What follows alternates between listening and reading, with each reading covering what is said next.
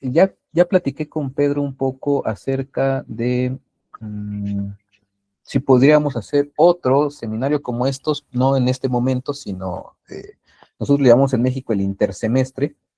Entre comienza un semestre y el otro hay un intermedio, y a lo mejor pudiéramos ahí de mayo, junio hacer una segunda, ya tocando las otras tesis, ¿no? Basta acabar las 16, y sería otro espacio de trabajo, ¿no? De trabajo. Igual como solamente continuar lo que no pudimos acabar. Ya lo iremos platicando, ¿no? Porque no, digamos, lo acordamos, dado cómo se presentó que de pronto no nos dio el tiempo para abarcar más, ¿no? Y todavía no tenemos el texto, ¿sí? Esperemos que para junio, por ejemplo, julio, ya esté el texto y ya podamos de alguna manera verlo ya en su versión más acabada, ¿no? Bueno, entonces me lanzo rápido, voy a tratar de ir rápido, si igual que otras veces, los que leyeron o los que tienen opciones, pues ahí váyanos ayudando en el chat, para los que quieran preguntas que se van surgiendo también, vayan poniéndolas, igual por ahí vamos respondiendo a lo largo de la plática, ¿no? Bueno, esta es la tesis 7, es la tesis crítica ya, ¿sale? Entonces, vamos a comenzar porque espero tocar algunos puntos, ¿no? La parte crítica, la parte crítica de la estética de la liberación es la que conocemos como segunda constelación, negación de la totalidad o antifetichismo, ¿no? Estamos hablando de lo mismo cuando hablamos de esto, ¿no? La parte crítica es esta segunda constelación, y que es la negación de lo que vimos anteriormente como ontología, y ahora vamos a ver que toda totalidad muchas veces se pretende, o sea, se intenta fetichizar, entonces es un momento crítico antifetichista, ¿no? Esta segunda parte reflexiona sobre el sentido de la historia, de la estética específicamente, ¿no? Como punto de partida para una interpretación de la historia, de la estética de nuestra América. Primero hay que criticar la historia eurocéntrica, y después eso es condición de posibilidad para empezar a rehacer la historia o interpretar la historia o avanzar en los términos históricos, pero ya de una estética donde esté incluida nuestra América. Esta historia de la estética de nuestra América en una historia mundial, no eurocéntrica, más allá de la modernidad y el capitalismo. Esta es la pretensión, ¿sí? Esta es una cita, no sé si la pueda subir para que una vez la tengamos toda. Dice: la estética junto a la filosofía son las responsables, en cierta manera, de la visión. La estética junto a la filosofía es súper importante, entonces, ¿no? Para Dussel, revisar la interpretación tripartita, unilineal y ascendente de la historia del arte es aceptada en todas partes y principalmente en los estratos académicos y universidades del sur global. Es de la antigüedad, la Edad Media y la modernidad. Expuesto el desarrollo de la historia del arte de toda humanidad en esta división tripartita, ¿no? Antigüedad, Edad Media y modernidad, todas las civilizaciones, menos la cultura occidental europea, bajo el lema de que Europa latina y germana, no la bizantina, es el fin de la realización de la historia universal. Enunciado hegeliano de los románticos alemanes. Esto es lo que está diciendo Dussel. El problema que vamos a criticar es esta periodización histórica en tres partes: edad antigua, edad media y modernidad. Y dice, esta división de la historia que es una visión de hegeliano del romanticismo alemán, y es un invento. No necesariamente esto está pasando, y lo va a tratar de demostrar con argumentos y con historiografía, mostrar cómo esto es falso, que no hubo una edad media en otras culturas, por ejemplo, ¿no? En la nuestra no hubo edad media, ¿sí? Y así, ¿no? Entonces, por eso es importante, la crítica va a partir de la historia, y una vez rompiendo el esquema de la historia hegeliana moderna, se avanza sobre la historia de la estética, que no está hecha, no está hecha, y hay que hacerla, ¿no? Avanzamos, por favor, si le pueden subir eso. Ahí está. La crítica a la filosofía de la historia no es nueva en el maestro, ¿sí? En lo que hemos llamado la obra temprana, es decir, de 1961 a 1969, le llamamos la obra temprana, ahí están los humanismos, la etapa que le llamamos humanista, eh, de su obra filosófica, ¿sí?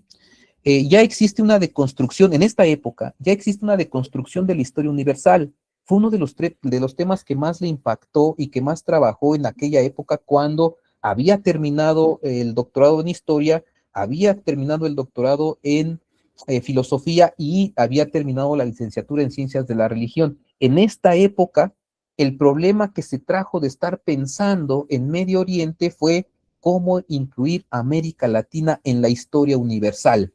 Y de esta época, de los 60, va a estar metido en esto, va a estar metido en esto. Entonces, el tema de la historia no es nuevo para él, lo ha venido trabajando desde el inicio de sus primeras obras, ha estado trabajando la historia, ¿sí? Eh, y esto va a perdurar hasta el último día, es decir, hasta la última obra como esta, va a estar perdurando el mismo planteamiento. Y estos temas los retoma, eso es lo que pensamos nosotros como hipótesis, los retoma porque se hace necesario volver al tema de los núcleos ético-míticos, y ahorita vamos a ver por qué, ¿no? Bueno, entonces seguimos. En lo que hemos llamado, ay, se me fue mucho, no lo subas tanto, no lo subas tanto, bájale tantito, donde inicia, ahí si quieres, ya existe una destrucción de la historia universal. Ha trabajado el tema durante 6 décadas, 60 años, comenzando por tratar de encontrar un lugar a América Latina en la historia mundial. En el Dussel definitivo, ¿sí? A partir de los libros de tesis, 20 tesis de política, 14 tesis de todos estos, en el Dussel definitivo de la estética de la liberación, esta antigua discusión de su vida intelectual será retomada para la historia crítica de la estética. Así entonces, cito a Dussel, de lo que se trata es de incluir al arte de los pueblos originarios amerindios en la historia universal, ¿no? Aquí le puse un sig, aquí, fíjense, a ese al debe decir él, me parece, ¿no? De lo que se trata es de incluir el arte de los pueblos originarios amerindios en la historia universal. ¿Sí? Aquí ya se van mostrando los errores que se van teniendo a lo largo del texto, ¿no? Entonces, en un primer momento era buscarle el lugar de América Latina en la historia universal. Después, cuando se rompe esa crítica, se hace esa crítica y se le encuentra el lugar, ¿no? Ahora dice, ya en esta época, dice, de lo que se trata es de incluir el arte de los pueblos originarios amerindios en la historia universal. Ya no es América Latina como en el 60. Ahora son exclusivamente los pueblos originarios amerindios en la historia mundial. Esto es lo que se pretende, ¿no? Y bueno, ahí es lo que dice Dussel, ¿no? Un poco para que vean la discusión de los 60 y la discusión que sigue y casi idéntico, solamente que cambia, ya no es América Latina. Ahora es incluir el arte de los pueblos originarios amerindios en la historia mundial. Ya es más profundo, él ya es alguien que está viviendo la Pachamama como su carnalidad, ¿no? Esta posición es ya del Dussel maduro, es decir, surge después de la caída del muro de Berlín. El Dussel maduro es cuando se cae el muro de Berlín, ¿no?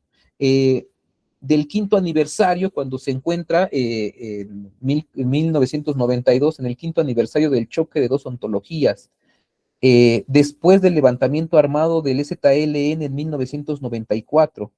Es el Dussel Maduro, comienza, nosotros lo periodizamos en La Ética de la Liberación de 1998.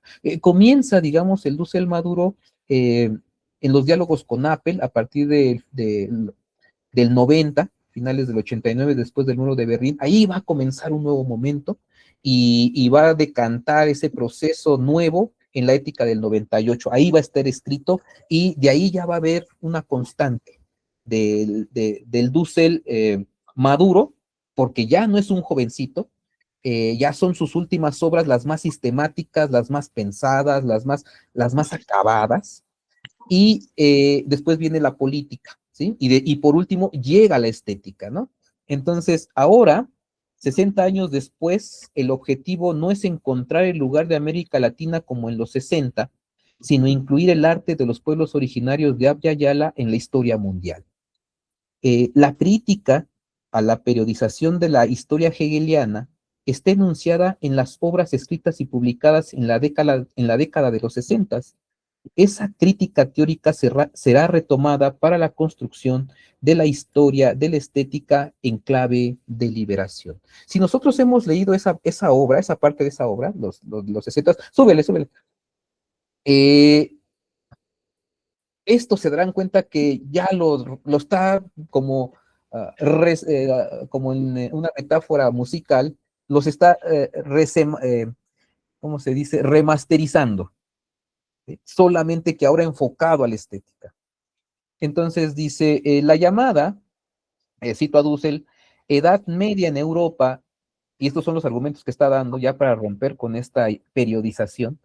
La llamada edad Media en Europa no fue una edad de significación mundial, sino solo válida para el mundo latino-germánico y fruto del aislamiento que produjo el indicado muro que constituyó el Islam, aislando a Europa de la historia de Eurasia. La Europa del Este, bizantina, tampoco experimentó el feudalismo medieval. Nuestros pueblos aquí en América tampoco experimentaron una cuestión de edad media. Los asiáticos tampoco. Es decir, eso solamente sucedió, dice Dussel, esta es la tesis, en Europa, y trata de dar todos los argumentos de los historiadores que él tiene a la mano y de los que se va basando para destruir esta supuesta periodización que se presume universal, pero que en realidad solamente es un invento nuevamente ideológico, teórico del romanticismo alemán. Si le puedes subir tantito, ahí está. El arte de América Latina, ¿sí? Ya hablando de nuestros artistas y el arte que se está produciendo acá, no se integra para nada a esa historia. Lo que acontece es que la historia no es unilineal, no va siguiendo un desarrollo como lo piensa la modernidad, sino un invento de los románticos alemanes eurocéntrica. ¿Sí? Es una historia unilineal eurocéntrica.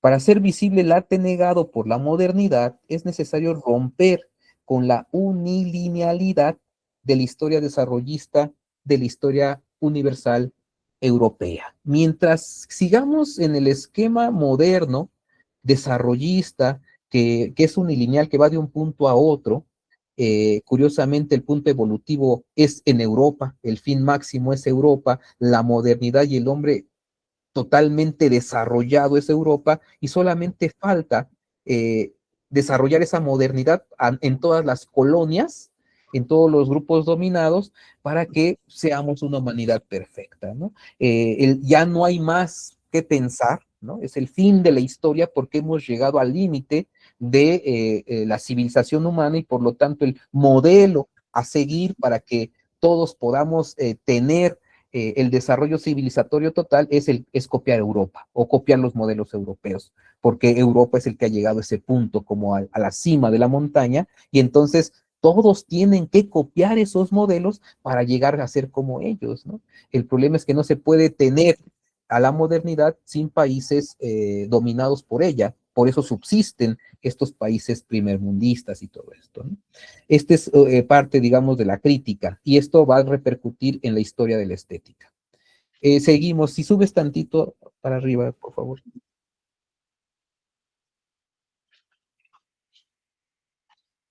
Eh,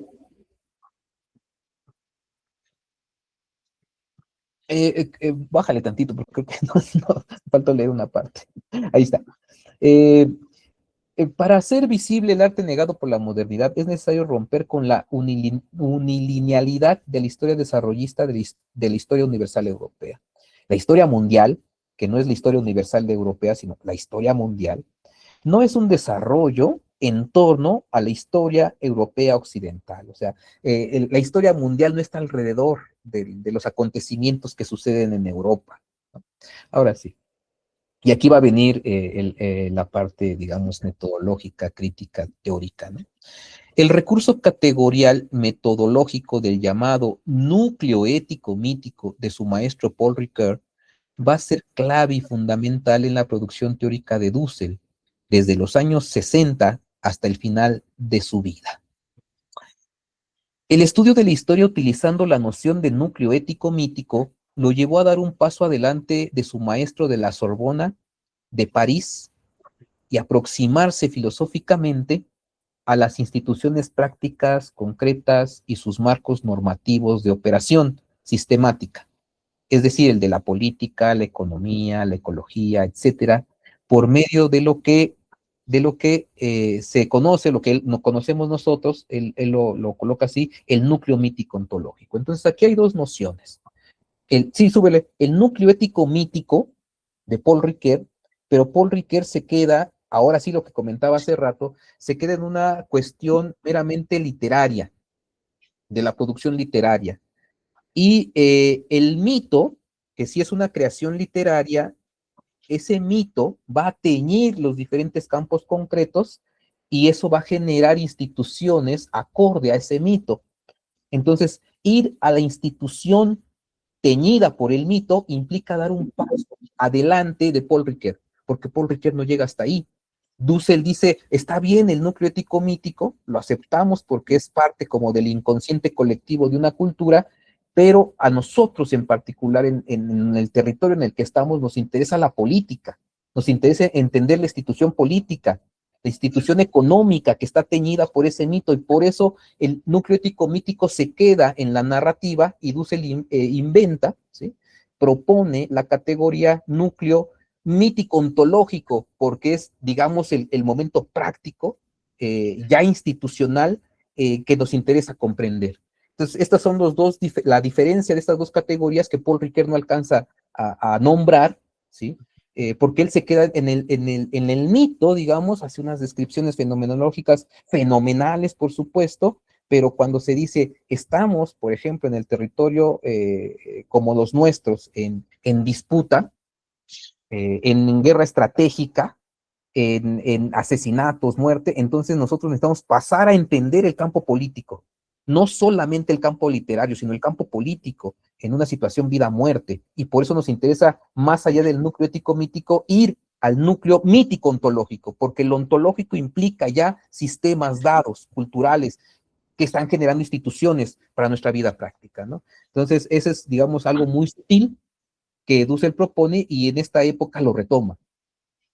Los recursos metodológicos para el estudio fenomenológico de los núcleos éticos míticos de las culturas semita, helénica y de la cristiandad por parte de Enrique Dussel en la década de los 60 dio como resultado, en el campo de la historia, la tesis de que el inicio de la modernidad comienza en la invasión ibérica a Abya Yala en 1492. Bueno, recordando un poco, en esta época va a ser tres humanismos, el humanismo semita, que ahí narra la historia de cómo el núcleo ético, mítico, el mito de los semitas implica la carne, ¿no? Y la libertad. Es decir, después de la expulsión del paraíso, ¿no? El sujeto comienza la historia porque ahora nada está definido, ¿no? Todo tiene que ver con su acción práctica ética y eso le va a llevar a tener una historia, una vida, porque en el paraíso en el paraíso no hay tiempo, en el paraíso no hay historia, pero al ser arrojados del paraíso, entonces comienza la historia porque va a llegar la muerte, vas a morir en algún momento y tus actos van a depender. No está escrita la historia porque hay cierto grado de libertad, entonces es una cuestión dramática, ¿no? Hay un drama literario. Y escribe otro libro que es el humanismo helénico, que precisamente en el humanismo helénico toca el mito de Prometeo, en este eterno retorno de lo mismo, y él dice, esta es una historia trágica. Entonces está lo dramático y está lo trágico.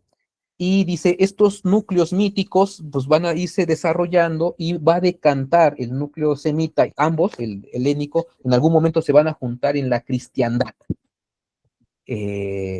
Y dice, esto tenemos que entenderlo para entender América Latina, ¿no? Y lo que nunca desarrolló fue el núcleo ético mítico de los pueblos originarios de acá. Entonces, yo le decía en aquel momento, bueno, es como un molcajete en México. Los que no saben qué es un molcajete, es una especie de mortero que tiene tres patitas de piedra volcánica, y ahí se echa chile, cebolla, sal, agua, y con una, como le llaman, una mano, no sé cómo decirle, es algo que tiene peso, una especie de piedra, empiezas a moler y se hace salsa. Yo le decía, en los núcleos éticos míticos, profesor, está el núcleo semita, el núcleo este, helénico de los helenos, y claro, de ahí hay una extensión que es el núcleo de la cristiandad. Pero si quisiéramos entender América Latina en su profundidad, tendríamos que desarrollar el mismo procedimiento de análisis metodológico, pero sería el núcleo ético mítico de nuestros pueblos en Abya Yala. Y de ahí devino lo que después va a ser el libro, haciendo propaganda, el que está por allá se vende, el de filosofía maya. Estamos hablando de una discusión que comenzamos en el 2011 con él, ¿no? Bueno, y este estudio de la historia va a dar como resultado que en algún momento él ponga, digamos, como postulado, por decirlo, como principio de que la modernidad en realidad había comenzado en 1492, cuando llegan a invadir el territorio, y ahí se hace un comercio mundial, ¿no? Mundial, mundial, mundial. Y dice, ahí va a comenzar la modernidad, porque gracias a las colonias, al sometimiento de las colonias, va a desarrollarse Europa, y de ahí la revolución industrial, y de ahí, en la acumulación de oro y plata, de ahí ya el capitalismo desarrollado, ¿no? Entonces, digamos, esta es la tesis. Se platicó esta tesis en Binghamton, él siempre se remitía a este congreso, donde estuvo Immanuel Wallenstein, Walter Miñolo, Aníbal Quijano, me parece, algunos otros, y ahí se estableció en ese grupo que esta tesis era válida, era pertinente y se podía estudiar, teniendo como principio que la modernidad comenzaba en 1492, ¿no? Bueno, seguimos. Espero no lo esté confundiendo, quiero decir muchas cosas. La estructura del núcleo ético mítico ontológico, las estructuras, son constituidas por elementos de una significación de sentido organizadas por un universo simbólico de una cosmovisión. El universo simbólico, totalidad de símbolos significativos organizados con sentido en el mito funcional de toda la comunidad humana, constituye una estructura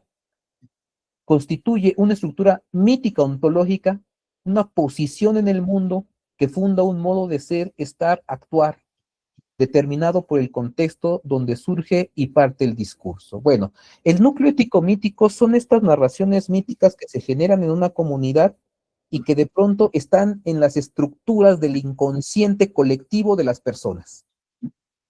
En este inconsciente colectivo, es un inconsciente colectivo, digamos, que están conectados de alguna manera por esas estructuras del mito, y por eso funcionan orgánicamente, ¿no? Entonces, claro, otra vez, esta estructura del inconsciente colectivo, que es el núcleo ético mítico, a determinar al sujeto en su práctica. Otra vez volvemos, a Dussel le interesa el momento práctico, cómo decanta eso en una institución de algún tipo, ¿no? Y por eso decanta en un modo de ser, estar, actuar.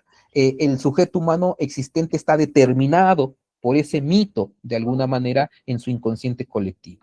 Entonces, de ahí otra vez está la división entre el núcleo mítico, ético mítico, y el núcleo mítico ontológico, estos elementos ya constituidos, ¿sí?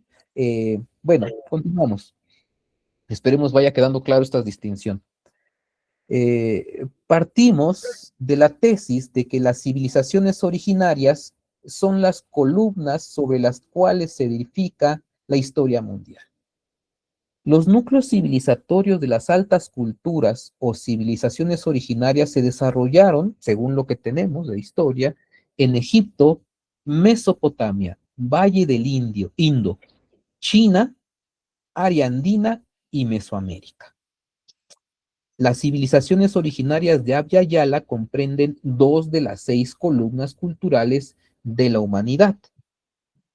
Se plantea que todas estas civilizaciones madre originarias, las últimas, digamos, de alguna manera, son aquellas que logran de alguna manera ya en el Neolítico poder escribir, dejar testimonio de alguna manera y construir todo un mito con una lógica. Y de ahí va a decantar esas diferentes culturas, esos núcleos, por eso se llaman núcleos éticos míticos. Partimos de la idea, bueno, aquí lo leo, partimos de la idea de que todo ser humano, todo grupo humano, no hay un ser humano aislado, sino el ser humano siempre en comunidad, se va a hacer preguntas ontológicas cuando ya es ser humano. Cuando ya tiene conciencia de que tiene conciencia, es entonces cuando se pregunta de alguna manera qué somos, por qué estamos aquí, cuál es el sentido de nuestra existencia al ser conscientes, ¿no? Y en ese momento hay una respuesta, y esa respuesta está hecha de símbolos, sí, está hecha de símbolos, y con eso se construye una narrativa que es el mito. Independientemente si la respuesta es correcta o no, ya hay una reflexión ontológica y una respuesta ontológica, y por lo tanto ya se está haciendo filosofía desde esos primeros núcleos civilizatorios, ¿no? Por lo tanto, de ahí se deriva la filosofía que nace en Grecia, ¿no? Bueno, seguimos. Todas las culturas conocidas de lo que estamos hablando se han organizado alrededor de un núcleo ético, mítico, que se materializa en una narrativa fundacional, misma que se organiza con una lógica de sentido fundamental traducida en signos e ideas significativas de una cosmovisión singular, ¿sí?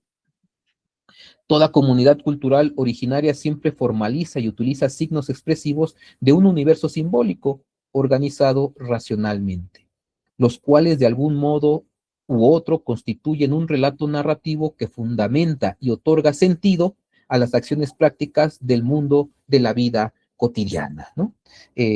En el caso de Mesoamérica o del centro de acá, aquí normalmente somos gente del maíz, y el maíz tiene una significación. ¿Por qué? Por su mito de Quetzalcóatl se hace el maíz para que nosotros estemos aquí viviendo, ¿no?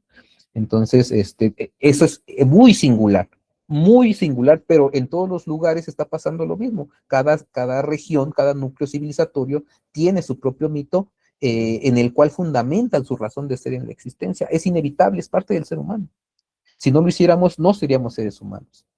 Si le subimos, por favor. Las estructuras quasi a priori, admitidas por toda subjetividad singular humana, pertenecientes a alguna comunidad cultural, están contenidas en los mitos que dan cuenta del origen del ser humano. Un método para descubrir las estructuras de los contenidos intencionales últimos de toda comunidad cultural es la hermenéutica de los mitos funcionales. Esto es lo que va a hacer Paul Ricoeur, ¿no? Adelante, dice, la distinción, si lo puedes subir, la distinción entre el núcleo ético mítico de Paul Ricoeur y el núcleo mítico ontológico de Enrique Dussel es que este último da un paso adelante hacia la cultura material, hacia la arqueología material, subrayando de manera enfática las instituciones donde se concretizan las estructuras intencionales últimas que determinan las pulsiones y actitudes éticas que operan en el, si le puede subir, en el inconsciente colectivo de una comunidad cultural singular.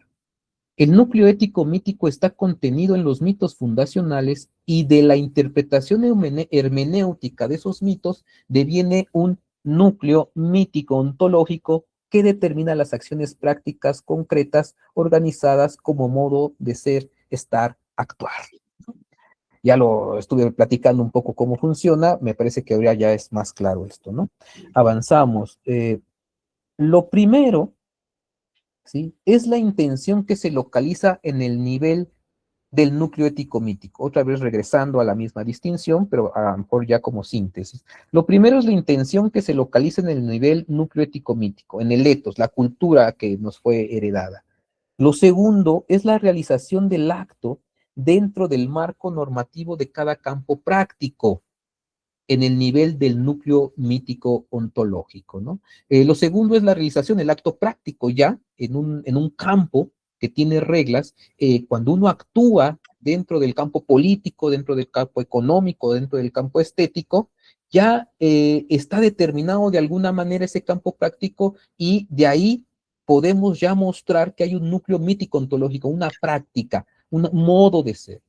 De esta manera, la matriz generativa de una cosmovisión expresada en signos, el mito, organizada a partir de un universo simbólico que dota de sentido y llega hasta las intencionalidades últimas de determinado grupo cultural, deviene en el nivel del núcleo mítico ontológico, el cual tiene relación directa con la praxis. Es a lo que queremos llegar, ¿no? Con estas distinciones con Paul Ricoeur. Bueno, voy a... Sí, adelante, adelante, por favor. Eh, este es, digamos, lo primero que dije, es la parte Dussel, ¿no? Yo les comentaba al principio, esta discusión, ¿sí? No terminó, no terminó porque cuando estábamos platicando estas cosas, yo le sugerí, por favor, vamos a pensarlo, porque a mí todavía me quedan las dudas de lo que se está haciendo en esta última obra, y ya no pudimos continuar, pero se quedó, digamos, en el tintero, no se avanzó. Yo hubiera preferido que lo pensáramos más, pero para él ya era un momento de ya no puedo pensarlo más, ¿no? Claro, estaba sintiendo la finitud, y ya no pudo, ya no pudo, ya no pudo, lo que se tomó, la decisión que se tomó es dejar el texto tal cual como estaba, como él lo pensaba. Pero eso no quiere decir que no haya crítica. Y de todo, yo les decía hace rato, de todas las tesis que hemos avanzado, no tengo nada que objetarle al maestro. Yo sigo, me parece que estoy convencido, pero en esta parte yo no estaba tan convencido, y quiero compartirles un poco la crítica.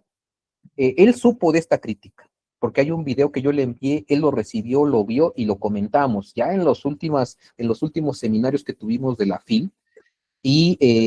Pero no, ya no hubo tiempo de modificar nada, ya tenía que avanzar en el texto cerrado, pero quiero compartirles esto, ojalá y no les quite mucho tiempo, y si es pertinente, puede avanzar, y si no, bueno, igual como todo, se pone a consideración de la comunidad. Esto es lo que he estado trabajando los últimos años, ¿sí? Desde 2011 que empezamos con él a hacer el libro de filosofía maya, con estos de la metodología del núcleo ético mítico y mítico ontológico, meternos al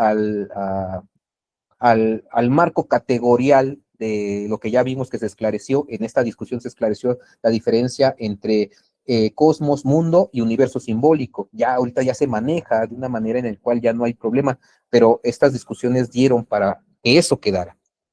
Y los últimos años, antes de que muriera el maestro, he estado trabajando sobre estos temas, por eso se los quiero compartir, ¿no? Bueno, crítica a la nomenclatura del núcleo mítico ontológico mongólico en Abya Yala. Lo voy a contar muy anecdótico. En el año 2019, el maestro Enrique Dussel nos expuso en una plática de sobremesa la hipótesis sobre el núcleo ético mítico mongólico, así, en relación con los pueblos originarios de Abya Yala. Comíamos, hay que imaginar esto, acabábamos el seminario de la FIL, que es todos los viernes, y bueno, viernes cada 15 días, y después de leer la obra y comentarla, ya al final, digamos, del seminario, del semestre, normalmente salíamos y nos sentábamos a comer. Entonces estábamos en la UACM. Comíamos afuera de la Universidad Autónoma de la Ciudad de México, la UACM, donde él fue rector, en la sede del Valle, después de un seminario internacional sobre su obra organizado por la AFI. En aquella plática entre amigos nos pidió que reaccionáramos. Habíamos trabajado el tema de los núcleos ético-míticos en el libro de su autoría. En ese semestre leímos ese, Hipótesis para el estudio de Latinoamérica en la historia universal. Este libro estuvo inédito durante 40 años. Plática que comenzamos en el 2011, cuando comenzamos a elaborar la investigación de doctorado de filosofía maya. En el 2023, esa investigación se publicó con el título Filosofía Maya, ¿sí? Ahí viene toda esa discusión. La nomenclatura mongólico, para referirse a la relación de la sabiduría de la civilización asiática con la cultura del continente americano, tenía como zona de contacto el Océano Pacífico.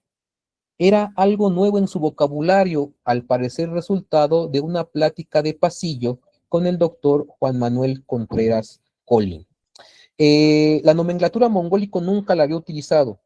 Desde las obras del 66, él hablaba de una zona de contacto del Océano Pacífico, pero nunca le llamó núcleo ético mítico mongólico. Esto lo viene a hacer hasta por ahí del 2020, 21, en unas pláticas que tuvo el doctor Juan Manuel Contreras Colín, que además él estaba trabajando y le llamaba así, el núcleo ético mítico mongólico. Y Dussel lo trata de acomodar, y yo le decía, hay que pensarlo porque está como muy rápido y hay que ir viendo si es factible o no. Yo le di mi punto de vista porque me pidió que reaccionara, ¿no? En la introducción de la ética madura de 1998 se hace un recorrido de la historia mundial de las eticidades de las altas culturas y sistemas interregionales.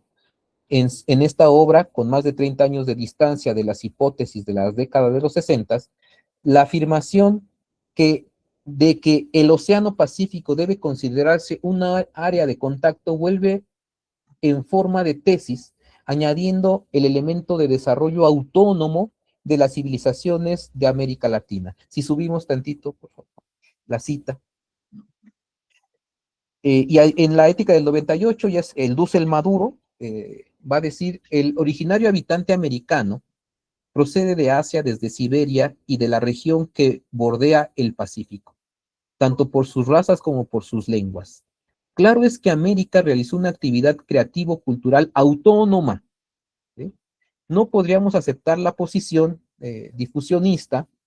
Sin embargo, desde el Neolítico hubo frecuentes contactos con los polinésicos que en sus transoceánicas travesías llegaron a las costas de América. De todas maneras, no formaron parte del sistema interregional del continente asiático. Esto lo está planteando en el 98, en pleno uso de sus facultades mentales. En ese momento, él estaba súper consciente, todavía no se nos enfermaba. ¿Eh? Esta tesis de del Dussel Maduro, que va de 1992 al 2022, es con la que vamos a continuar nosotros, ¿sí? Vamos a continuar incluso en contra de nuestro propio maestro, a partir de su propio texto, ¿no? Esta tesis de Dussel Maduro es con la que vamos a continuar argumentando en la línea de la autonomía de los pueblos originarios de Abya Yala, para situar la distinción entre, queremos hacer eso, esto no lo hizo Dussel, para situar la distinción entre el núcleo ético mítico, ¿sí? Y núcleo ético mítico ontológico, ya vimos más o menos sus diferencias, en Abya Yala, pero esto con respecto al denominado núcleo mongólico. Seguimos, dice, es en la etapa definitiva, la etapa definitiva la consideramos a partir de 20 tesis de política, en adelante hizo estos libros de tesis, estos libritos de tesis, ¿no?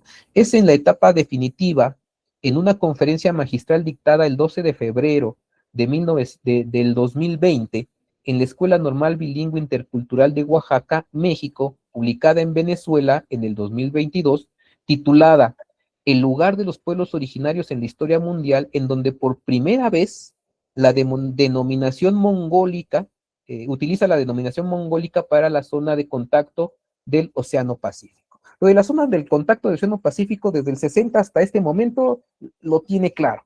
El problema es cómo lo nombra, ¿sí? Hay un principio, dice la cita, ya en el 2022, ya en pleno COVID, ya en una etapa, está a un año de que él fallezca, ¿no? Dice, hay un principio de todos los mitos de América en el Paleolítico.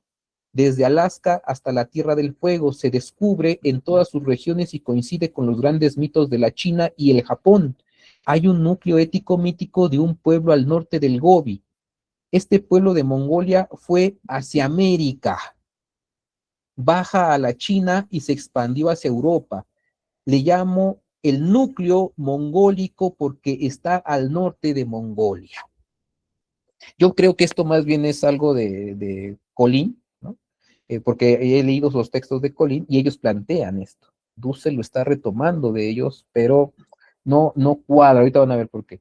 En la estética de la liberación, ya en este texto, reafirma la nomenclatura mongólica para la zona de contacto del Océano Pacífico.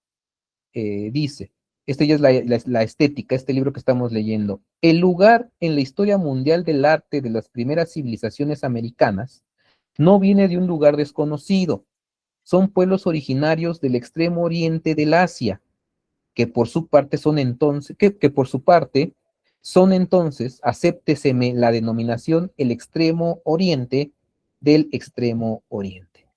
Son asiáticos desde un punto de vista biológico. Sus genes son asiáticos y cultural artísticos, desde el punto de vista biológico y cultural artístico, como veremos. En efecto, usando la descripción fenomenológica de Paul Ricoeur, mi maestro en la Sorbona de París, descubrí la existencia de dos estructuras simbólicas que constituirían lo que denominaré núcleos mítico-ontológicos. ¿Sí? Cuando habla de las dos estructuras simbólicas se refiere al humanismo semita y al humanismo helénico. Y de ahí pudo descubrir la idea de núcleos mítico-ontológicos. Y en este caso se podría denominar mongólico. Se trata de un inmenso grupo de pueblos que tienen una gran semejanza, no identidad, en cuanto a la concepción última del sentido de la existencia humana. He advertido que estudiando pueblos tales como el chino, japonés, vietnamita, coreano, mongol, pueblos siberianos y tantos otros, todos los pueblos originarios americanos, los que habitan los actuales Canadá y Estados Unidos, pero igualmente los mesoamericanos, hasta los mayas y aztecas, chibcha, tupi guaraní y los que unificaran el llamado imperio inca, tienen míticamente un principio originario dual madre-padre del universo, abstractamente formulado por el Rin-Ran chino, el Yin-Yang, el dos sagrado azteca, Ometeotl. Esta originaria semejanza de todos estos pueblos me hacen pensar en una concepción simbólica y recordando que la mitopoiesis, esta manera de crear mitos, la creación de mitos, es producción artística. ¿Sí? Entonces, el 2 del sagrado azteca, del universo que debió estar, esta originaria semejanza de todos estos pueblos me hacen pensar en una concepción simbólica del universo que debió estar expresado antes de la expansión de los pueblos americanos al inmigrar a este continente. Esto es donde de pronto yo digo, no lo sé, parece cierto, parece, pero habría que revisarlo, ¿no? Si podemos continuar, es la parte, digamos, de la crítica. En esta cita el tema histórico no toca ni modifica la parte esencial o fundamental del núcleo racional o ético, filosófico, metafísico de la estética de la liberación. Si se dan cuenta, todo lo que hemos dicho de estética, con esto que estamos planteando, en realidad queda intacto, digamos, ese núcleo de reflexión de la estética. Simplemente es una discusión, una disertación en la manera en que se está haciendo la historia. ¿Sí? La discusión se localiza en el nivel histórico concreto complejo determinado, en lo que se denomina núcleo mítico ontológico mongólico. Esta es mi discusión o la discusión que teníamos directamente con él. Y este es el argumento. Los primeros campamentos nómadas mongoles registrados por arqueólogos datan del siglo VIII, antes, digamos, de la era común. En el Neolítico surge la ciudad y el imperio mongol de Gengis Khan hasta el siglo XIII. El núcleo cultural que llama Dussel mongólico es muy anterior. Es del periodo paleolítico. No estamos, cuando hablamos del siglo VIII, antes de Cristo, antes de la era común, cuando hablamos de que hubo grupos anteriores en América o en el continente de Yala que cruzaron, estamos hablando de un periodo del 30.000 antes del presente. O sea, del 30.000, o sea, 30 milenios a el siglo VIII, han pasado muchísimos años. Entonces, lo que Dussel llama mongol, que se construyó en el Asia, no se le puede llamar mongol porque todavía no empieza el imperio mongol, todavía no está decantado en el núcleo mongol. Es un modo de ser, estar, actuar anterior al mongólico. Es posible que ese núcleo o en Asia se haya desarrollado hasta el núcleo mongólico, está bien. El problema es que aquí en el 30.000 hay un paso y después se cierra y hay una separación abismal durante milenios. Por ahí vamos, a ver. Por ello, difícilmente la cultura que se extendió en Abya Yala, en las migraciones de la última glaciación del planeta, se le puede considerar mongólicas. Estamos de acuerdo en que el principio fundamental de este núcleo cultural es el 2, ¿sí? Porque el 2 se lo pone dual. Nosotros ya desde acá lo planteamos como complementario, armónico. Lo dual es como lo que está chocando, ¿no? Ellos todavía lo siguen planteando como Miguel León Portilla, que son filósofos, digamos, de otro momento, pero nosotros actualmente, ¿no? Ya no utilizamos la idea de dual, decimos complementario, es complementario, esto está más acorde a nuestros pueblos, ¿no? Entonces, estamos de acuerdo en que el principio fundamental, tanto en Asia como acá, es el 2. No estamos de acuerdo en su denominación mongólica en las tierras americanas, ¿no?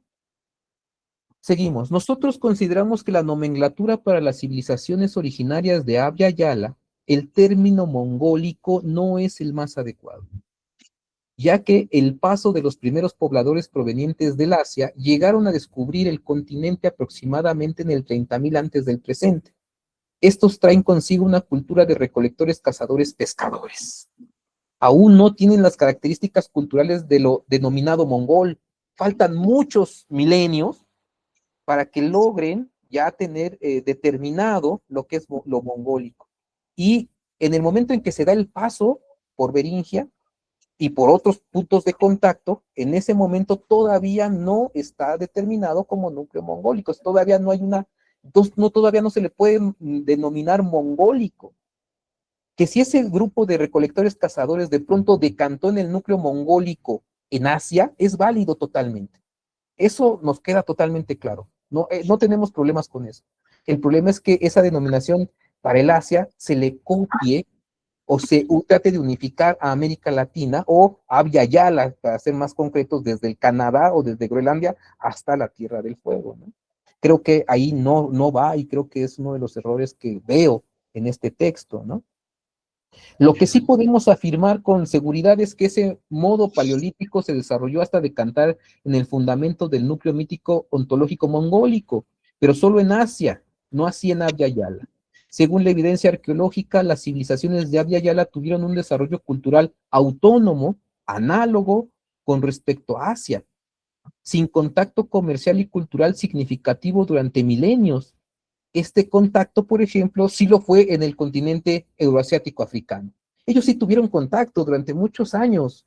Y entonces podemos hablar de los núcleos éticos míticos, el mongólico, el helénico, el semita, pero que de uno de esos tres, de pronto quieran colocarlo como el hijito bastardo, me parece muy, que no hace justicia, pues. No sé si el maestro lo veía.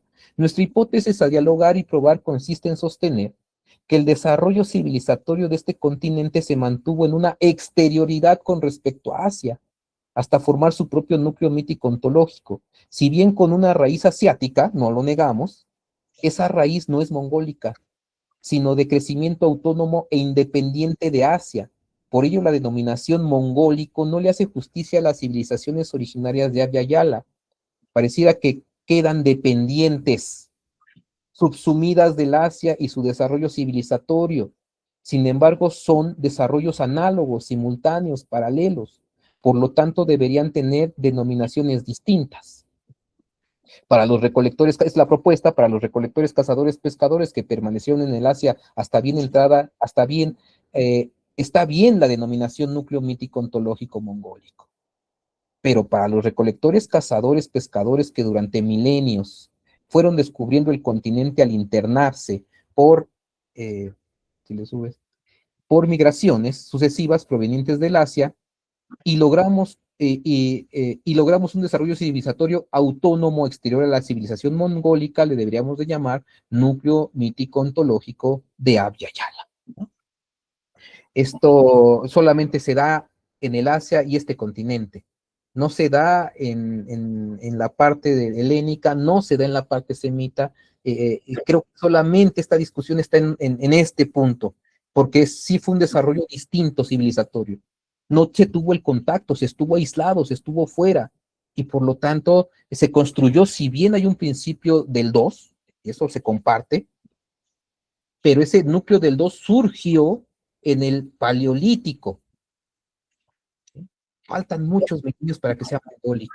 Desarrollo y decanta en el mongólico en Asia, sin duda, pero aquí se desarrolló y decantó en un modo de ser, estar, actuar muy propio de Abya Yala. ¿Sí?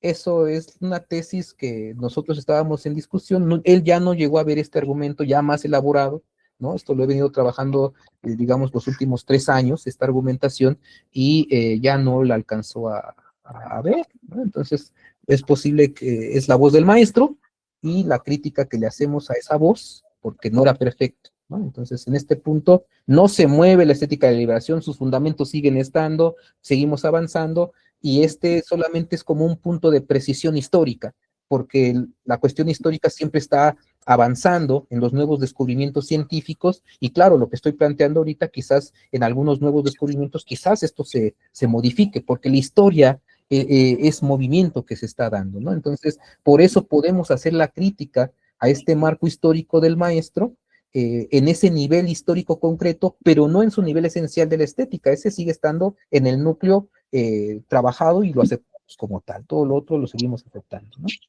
Tesis 8, son las 8, si tienen alguna pregunta, si no, para avanzarle en la última tesis.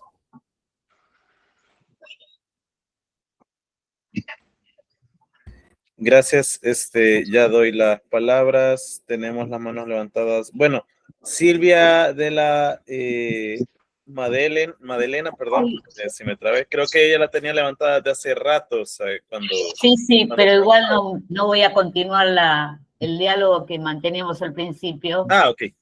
Bueno. Pero no, con respecto a lo que propone la crítica que le hace a Dussel Gabo, yo creo que esa disputa estaba ya a nivel sociológico y cultural, de la disputa entre los difusionistas, digamos, y la disputa de sistemas que nacieron paralelamente en distintos sistemas civilizatorios que nacieron indistintamente en distintos territorios a nivel mundial, ¿no? Pero eso ya viene de largo, no sé de qué década, ¿no? Y me parece absolutamente lógico lo que planteamos como crítica, ¿no? Nada, era un acuerdo con Gabo. Qué bueno que vamos ahí consensando a ver si sí vamos avanzando, ¿no? Gracias, Eduardo Espino. Sí, a mí lo que me parece, vamos a decir, grave de esta visión ético-mítica, digamos, como decíamos, mongólica, es que le quita originalidad y autonomía a los pueblos originarios de la Via Yala. O sea, de algún modo estos pueblos crearon sus propias preguntas, interrogantes y propuestas, evidentemente. Es eso nada más. Me parece que por ahí va la cosa, y bueno, que más allá de que esto queda registrado en la estética de liberación o una reflexión industriana, después cada uno irá haciendo sus más y menos con respecto a algunos de estos puntos. Pero bueno, coincido con Gabo que no hace a lo fundamental y a lo esencial de toda la estética, evidentemente. Pero sí no deja de tener un interés y una importancia por los dos aspectos que yo mencioné. Era eso nada más. Gracias. Bueno. Gracias. Esas eran las dos participaciones que teníamos ahorita. Ahí en el chat, si también si tienen alguna duda, alguna cosa que vaya surgiendo, Pues pónganla, a lo mejor no la podemos responder, pero por lo menos se da a conocer, ¿no? Creo que está levantando Silvia la mano. Silvia ha vuelto a levantar la mano. Sí, rapidito. Me gustaría que aclares un poco más el tema de Ometeotl, porque en general cuando se habla de la dualidad se tiende a confundir la dualidad como principio antagónico, digamos, positivo o negativo, ¿no? Con el principio de complementariedad que es el fundamento del núcleo ético ontológico Navia-Yala, ¿no? Sí, rápido, ¿no? A ver si cómo queda, cómo cae. El Ometeotl es un compuesto, es el principio de todo. Es el principio como el uno, el Dios único para la cultura de la cristiandad, ¿no? El Dios único, inmanente, cerrado, ¿no? Es el principio de todos, el ser es, el no ser, no es. Y el Ometeotl parte de la distinción, es decir, son dos distintos hombre-mujer, por ponerle una imagen. Este principio hombre-mujer no puede ser si no son hombre-mujer, si no son distintos. Por eso el principio es dos. No puede existir uno sin el otro. Entonces, pero claro, es uno y el otro son distintos porque uno es varón y otro es mujer. Entonces, al ser varón y mujer, pueden reproducir la vida y se expande el universo. Entonces, el principio no es de lucha con el contrario, sino de amor erótico, varón-mujer, por decirlo, femenino-masculino. Y esto no se queda inmanente al interior de los padres, sino que los hijos rompen, digamos, esa dualidad, si tú quieres, ese momento en el cual ya está fetichizado el Ometeotl, si tú quieres, y los hijos lo que hacen es romper esa dualidad y se convierte nuevamente en armonía, pero armonía familiar. Entonces, no es un principio de dualidad, de lucha de contrarios. Es un principio de armonía y complementariedad para la creación y reproducción de la vida. Es la diferencia, digamos. Ahora, en su parte negativa, esta parte armónica tiene una parte negativa, sí, la dualidad, el choque, la guerra, pero no es lo fundamental es lo primero, lo que da vida. No puede haber fetichismo si antes no se crea la armonía, si antes no hay armonía, si antes no, el no ser en este caso, antes del ser como lucha, digamos, es precisamente el amor, la armonía, el amor por el otro, la distinción, ¿sí? No sé si lo contesté, si no, bueno. Es Ometeotl acá, entre los mayas es Alón Cualón y entre la parte de los Andes es Tocapo y Maimán. Sí, sobre todo para hacer la diferencia entre la dualidad cartesiana, ¿no? Sí, no tiene nada que ver, bueno, es más que eso, mucho más, porque eso. se confunde, claro. Por eso, porque se confunden. Claro, porque cuando nos llega el concepto de dualidad, inmediatamente, incluso Dussel lo hace en sus obras de los 60, inmediatamente lo pone como si fuera una dualidad inmanente del eterno retorno. Y no es así. Los mitos de acá no son trágicos, son dramáticos. El propio hecho de que Quetzalcóatl, digamos, la serpiente emplumada, desobedezca la ley de los dioses primeros porque falló 4 veces en la creación humana. Entonces, cuando ya no, 3 veces, y entonces en la cuarta ocasión dicen ya no, se hace una ley de que ya no se tiene que crear la vida. Entonces, Quetzalcóatl, desobedeciendo la ley, al desobedecer la ley se hace humano, y después llega con el señor de Xibalba al Mitlán, y saca los huesos de sus ancestros y regresa al mundo de en medio, y entonces se genera el maíz, se hace maíz, y entonces de ahí las abuelas muelen, digamos, la masa de maíz y hacen el cuerpo, soplan y el ser humano cobra vida. Esta historia, por ejemplo, no es eterno retorno de lo mismo.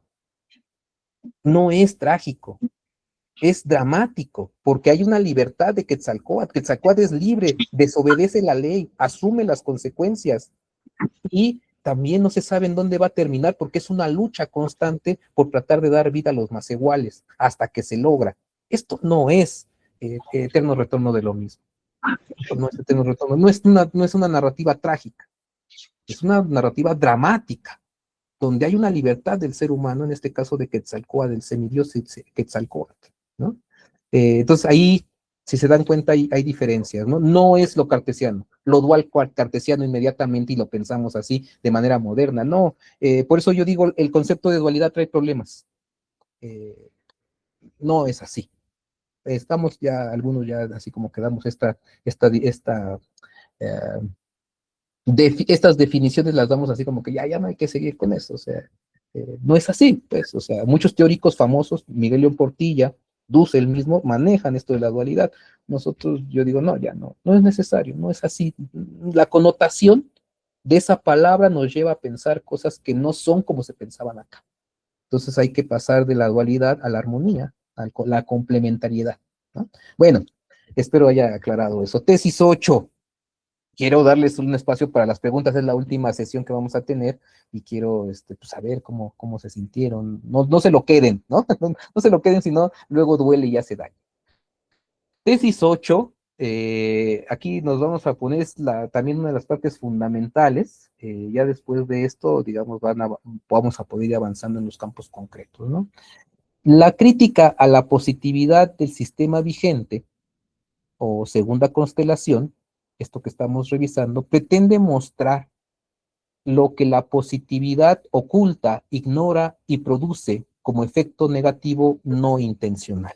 Es decir, toda totalidad, todo sistema humano creado por lo humano, siempre va a tener un grado, un fallo, una ruptura, una grieta, porque no podemos generar sistemas perfectos. Si pudiéramos generar sistemas perfectos, tendríamos la mente infinita y trabajaría a una velocidad infinita.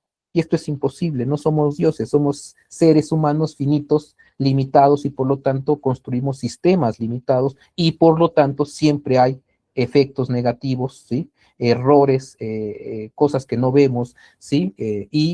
Se genera, en esos errores humanos se genera injusticia. La primera distinción para avanzar en la crítica es entre la noción de hegemonía y de dominación. No es lo mismo, ¿vale? Lo hegemónico, dice Dussel, no es directamente dominación, no son sinónimos, ¿sí? Lo hegemónico cuenta con el consentimiento de lo negado, ¿sí? Lo hegemónico es cuando de pronto estamos de acuerdo, aunque yo salga perdiendo, de alguna manera estoy de acuerdo porque funciona, ¿no? Porque de alguna manera fluye, porque sí estamos mal, lo que sea, pero bueno, podemos avanzar con eso, ¿no? Esa negatividad podemos avanzar, hay un consentimiento, por eso es hegemónico. Muchas personas lo piensan de manera similar y tienen en algún momento que limitar un poco su protesta, ¿no? De alguna manera. Por eso es hegemónico. La blanquitud logró imponer y hacer pasar su concepto de belleza, aquí en el campo de la estética, como universal. Se nos presentó como la belleza en cuanto tal de la humanidad. La unanimidad eurocéntrica no duda que dicho juicio es verdadero, es decir, ¿sí? Esta idea de la blanquitud, es decir, la belleza de lo europeo es la belleza en cuanto tal de toda la humanidad. Y cuando se le pregunta a los filósofos modernos sobre este enunciado, si es válido universalmente, ellos no dudan de que no solamente es válido, es verdadero. Pues, piénsenlo, ¿no? Cuando se habla de modernidad, ¿quiénes se consideran las personas civilizadas, ¿no? La civilización en su máxima expresión, la modernidad. ¿Dónde fue construida? En Europa. Y entonces, ¿qué es lo que hay que hacer? Llevar la modernidad a otros territorios donde todavía no es moderno, dice Habermas, algo así como la modernidad inacabada, hay que acabarla. El reto, digamos, de los actuales filósofos de la modernidad sería llevar esa modernidad como evangelización nueva a todos los rincones de la tierra, ¿no? Y si uno les pregunta, ¿esto que están planteando es verdad? Ellos dicen, claro que es verdad. No dudan de su veracidad, ¿no? Entonces dice, la unanimidad eurocéntrica no duda de dicho juicio, que dicho juicio es verdadero. El pasaje que va de la hegemonía, lo aceptado, ¿no? Si llega a Europa y nos dicen, ustedes están feos y nosotros somos los bonitos, nosotros en algún momento diríamos, híjole, bueno, tendremos que ser los feos, aceptamos esa verdad impositiva. Pero llega un momento en el cual ya no se acepta, ¿no? Entonces se pasa de lo que es hegemónico a lo que es dominación ya en sí. No acepto lo que me estás diciendo, entonces viene la dominación ya, la coacción violenta del sistema, ¿no? Que dice, no es lo que estés preguntando, es lo que nosotros ya te imponemos. Ya no es hegemónico, ahora ya es dominación y es lucha de resistencia y lucha contra aquellos que tratan de criticar el propio sistema, ¿no? El pasaje es el pasaje hacia el fetichismo de una estética válida, porque es válido lo que plantea Europa, y que pero lo malo es que se enseña como si fuera lo único, ¿verdad? Una verdadera es como si fuera verdadera y universal para todos, ¿no? Viene la cita de Dussel. Ahora la hegemonía se transforma en dominación, desvalorizando todas las culturas del sur global, en lo que podríamos llamar un imperialismo estético contra el cual esta segunda constelación afirma tan orgulloso autoelogio, ¿no? Estamos en contra de un imperialismo estético, ¿sí? Estamos en contra de un imperialismo estético y nos sentimos orgullosos, ¿no? Si nos dicen que estamos en contra de eso, ¿no? La estética occidental es muy importante, pero no la única ni necesariamente la mejor. Y viene la propuesta, ¿no? Hay que inaugurar una valoración igualitaria e indagar en el olvido y el desprecio de las otras experiencias estéticas culturales, ¿sí? Una visión más dialogante, equilibrada, intercultural y con actitud pluriversal, ¿sí? Aquí ya estamos viendo cómo se alcanza a mostrar, ¿sí? Se alcanza a mostrar cómo ya se nota que el sistema, digamos, en el que estamos de los cánones estéticos, se nota que solamente ya no es, después de la ruptura histórica, de la periodización histórica, ya no es solamente Europa, es válido lo que plantean ellos teóricamente hablando, pero cuando se impone esa verdad como única y verdadera universal por medio de la violencia, entonces nos dimos que esa validez se pone en suspenso, ¿no? Es válida y lo que nos queda claro es que no es verdadera, es relativa, como todas las otras culturas, sin duda, pero nos queda claro que verdad no, puede ser válida, pero si ya atenta contra el otro, entonces se pone entre comillas y es válido, ¿no? Ahí viene la crítica a la modernidad. El fetichismo, ¿sí? Es una actitud cognitiva. Nos hacen ver, nos hacen creer, nos han contado, nos hacen creer que Cristóbal Columbus, que Columbus vino a descubrir América, ¿no? O sea, llega y de pronto avanza y se encuentra con esas tierras y dice, y nos hacen creer que él descubrió, ¿no? Antes no existíamos los que vivíamos acá, ¿no? De pronto decían ahí un jefe, me parece que es Kiowa, le llamamos la gente del norte, los grupos del norte, y decía, hace poco fui a Inglaterra, ¿no? He ido a Europa, y cuando llegué allá, no me proclamé que había descubierto Inglaterra o que había descubierto Europa, ¿no? Ahí ya había gente. ¿Por qué se entiende que Cristóbal Colón vino acá a descubrir qué? Pero esto se enseña en las escuelas, ¿no? Y esto nos hacen ver la historia y la realidad desde ese marco epistemológico impositivo, impuesto, y nosotros somos, digamos, la víctima de ese tipo de sistemas que nos hacen ver un mundo que es falso, que no existe. Y mientras no rompamos, ¿sí? Esa actitud cognitiva, esa actitud fetichizada de la historia como nos la enseñaron, desde Europa y los cronistas de europeos, ¿no? Españoles que venían con sus fantasmas de cielo e infierno, ¿no? No jamás pudieron ver y encontrar su realidad o pudieron describirla como la estábamos viviendo acá nosotros. Y hoy los historiadores, ¿no? Los que hacen mucha historiografía van a los cronistas, ¿no? Y el cronista dijo, pero ese cronista tenía una visión cuadrada de su mundo cultural que difícilmente, al menos en el mito de acá había 13 cielos y 9 inframundos, imagínense llegar con un cielo y un infierno solamente. ¿Dónde metes los 13 cielos? ¿Dónde metes los 9 inframundos? Pues fácil, en un cielo y en un infierno, a dual. Y es una reducción espantosísima, una riqueza, digamos, literaria, cultural, de la mente, de la actitud ontológica, y estos sujetos con su visión reducida vinieron a contar la historia, y después nosotros leemos en esos textos y decimos, esto es cómo funcionaban nuestras sociedades. Yo digo, esto es una locura. Y esto está en las academias actualmente, ¿vale? El fetichismo es una actitud cognitiva que no tiene dudas de su superioridad. De ahí el fundamento de su dominación, un grupo humano sobre otro grupo humano o culturas humanas, por medio de los criterios de la belleza. Hemos afirmado que, para poder interpretar el sentido de la obra de arte, en tesis pasadas, es necesario conocer el origen por mediación del núcleo mítico y mítico-ontológico, que determina la belleza, el gusto, el juicio estético.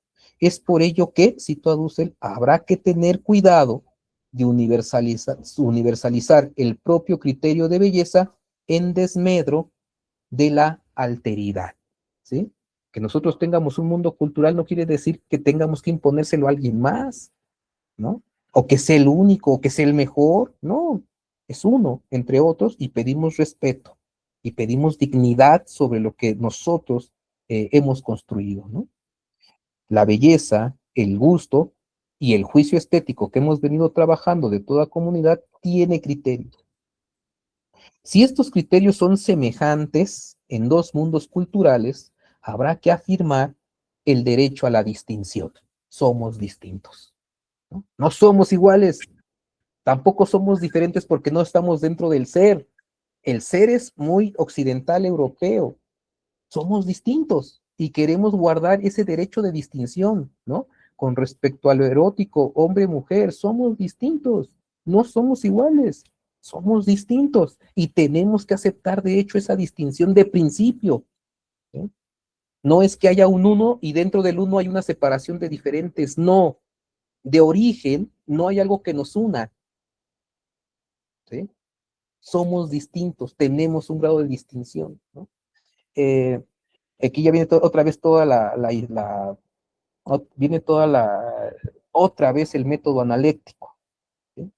Es necesario entonces abrirse a una consideración más mundial, en donde la analéctica juega un papel central para comprender los criterios de belleza, enmarcados en una cultura histórica particular, a la cual no se puede aplicar un criterio unívoco de belleza, ¿no? No puede haber un criterio de una cultura que pueda medir a las otras. Y si lo haces porque ya es una cultura totalmente fetichizada, ¿no? Un criterio unívoco, es absurdo. Eso es totalización, es dictadura, ¿sí? Es imposición violenta. El criterio unívoco es ya una fetichización, debería decir, con la que se juzga la belleza de todas las culturas y civilizaciones del sur global y que las tacha de atrasadas, retrógradas, primitivas, subdesarrolladas, que en su opinión, ¿sí?, en su opinión de este tipo de estéticas, deben seguir los pasos que dio la cultura occidental, seguir el camino del progreso, así bien, el camino del progreso así bien capitalista, bien liberal, ¿no? Del progreso civilizatorio que ellos han logrado en la historia universal, ¿no? Una cita larga. La estética está atravesada, además de la emoción, ahí está el punto principal, la aistesis, lo que veníamos trabajando, la estética está atravesada, además de la emoción, o sea, la aistesis, de una lógica analógica. Se trata una vez más del tema de la posición, ¿sí? Aquí está mal escrito, dice, se trata una vez más del tema de la en la. Aquí debería decir, se trata una vez más del tema en la, o sí, o de la oposición, en la oposición. Está de más un de la, ¿sí? Ese de la está de más. Se trata una vez más del tema de la oposición entre identidad y diferencia y universalidad del ser ontológico, del que veníamos a hablar, que es opuesta a la semejanza y distinción y pluriversalidad. Ese es el choque. Uno es ontológico del ser y el otro es transontológico, la lógica de la alteridad del no ser, La belleza de cada una de las artes o campos artísticos y de las culturas no son meramente idénticas u opuestas a las de otras culturas, y esto vale para el mismo tipo de arte. Es decir, igualmente para el ejercicio de un sistema artístico al de otra cultura. No hay identidad ni diferencia, hay en cambio semejanza, analogía y distinción de expresiones artísticas. Es necesario fraguar una lógica que supere la mera identidad-diferencia hegeliana para contar con otros recursos más plásticos, modulables, ricos en connotaciones cualitativas. ¿Qué tienen de semejante, se pregunta, el hecho de que haya producido u originado una emoción de gusto que afirma la vida del viviente, lo que hemos trabajado, aunque son muy distintas, ya que una es vivida en una cultura o es oída como música, otra probada como arte culinario y por fin emocionalmente apreciada por la capacidad mayor de la experiencia de la vida. Es solo la analogía la que puede comparar la belleza en este múltiple manifestarse de la belleza de las obras de arte, ¿no? Va a volver al punto en el cual para ver una obra de arte tenemos que acercarnos por medio de la semejanza, ¿sí? Por medio de la distinción, por medio de pluriversos, es decir, por medio de pensar que hay otros universos como el nuestro, semejante y distinto, y a partir de ese acercamiento cultural, podemos en algún momento conocer y hacer un juicio estético. Si no conocemos la cultura a profundidad, estamos simplemente emitiendo juicios de valor desde una posición unívoca, ¿sí? Para crear la superación de una totalidad cerrada, ¿sí? Este es el método analéctico, este es lo que se propone, esta es la salida que desde hace tiempo está trabajando el maestro en todas sus obras. Para crear la superación de una totalidad cerrada es necesario un momento de distinción en la totalidad misma. ¿Sí? Desde ese lugar exterior a la totalidad o trascendencia interna es desde donde se descubre la categoría que puede superar la antigua totalidad estética. Ese lugar de enunciación es el punto de partida de la crítica superadora para una totalidad futura distinta. La negación de la exterioridad, de la alteridad invisible, lo que nunca fue considerado. Aquí quisiera, rápido lo voy a decir, ¿no? Tenemos que ver claros los niveles y no debemos de confundir los niveles, ¿no? Los niveles del no ser y de la exterioridad. El primer nivel es un nivel muy cosmológico, le podríamos llamar, no lo sé. Está el ser como totalidad, y el primer manifestación del no ser, digamos, va a ser cuando el no ser está fuera del ser, está en la exterioridad del ser, y como está fuera del ser, no es parte del ser, es un no ser que está fuera del ser, no es inmanente. El ser, en esta crítica, el no ser crea al ser. Dice Schelling, el señor del ser que crea al ser. En esta misma lógica de argumentación, ese no ser se llega por medio de la fe, mientras que al ser sí se puede llegar por medio de la razón, pero solamente podemos llegar al ser por medio de la razón si presuponemos el no ser que es creación del ser, ¿no? Ese es el primer no ser, digamos, en esos niveles metafísicos. Después viene otro no ser en la interioridad del propio sistema, es decir, es un no ser ya subsumido en el sistema. Y aquí es, digamos, yo comentaba en otra ocasión, este no ser es el ser real, porque el primero es como muy teórico, si ustedes quieren, de nociones metafísicas, pero el segundo no ser está dentro de la totalidad, y es un no ser existencial, lo vives existencialmente, es una metáfora espacial la cuestión de la exterioridad. ¿Dónde está la exterioridad? Pero cuando no lo ponemos como un espacio físico, sino como un espacio existencial, entonces, ¿dónde está el no ser? Y yo ponía algunos ejemplos para darnos luz, ¿no? Yo soy obrero, compañeros, no sé ustedes, soy trabajador. Y no todo el tiempo soy trabajador. No todo el tiempo funciono para el sistema. Es decir, hay un punto de fuga en el cual el sistema no puede cooptarme del todo, porque hay un grado humano de exterioridad que jamás está totalmente o absolutamente alienado al sistema. Si bien puede haber una alienación al sistema, siempre hay un grado de pulsión de vida que te dice eso no está bien, ¿no? Y se hacen huelgas, porque si estuviera totalmente alienados al sistema, absolutamente alienados al sistema, no habría huelgas, no habría resistencia, no habría crítica, porque ya sería absoluto. Pero como hay crítica, como hay huelga, como hay movimientos revolucionarios, como hay gente que dice no estoy de acuerdo, ya basta, ese grito de negación viene de la exterioridad existencial. El sistema no me puede tener del todo, tengo capacidad crítica, tengo capacidad de poder decir no estoy de acuerdo y llevar mi vida al extremo para defender principios, por ejemplo, el principio de la vida, porque sobre la vida no vamos a negociar. Podemos negociar otras cosas, pero la vida no se negocia. Y en esa no negociación parte de un punto ontológico del no ser en la interioridad del sistema. Solamente ese punto negativo dentro de la totalidad del sistema muestra la positividad del sistema, está mostrando las desigualdades. Mi existencia misma como víctima del sistema es un testimonio, sin hablarlo, es un testimonio pragmático, por decirlo de alguna manera, es una lágrima, pero no es una lágrima escrita o una lágrima física, ¿sí? Es el llanto existencialmente hablando, somos un llanto de dolor ante el sistema. Y claro, ese dolor implica no quiero que me duela y viene la negación de la negación, el salto a lo positivo, el salto al tercer no ser, a lo que todavía no es, a lo que está por construirse, a lo que hay que imaginar y construirlo porque no está en el sistema.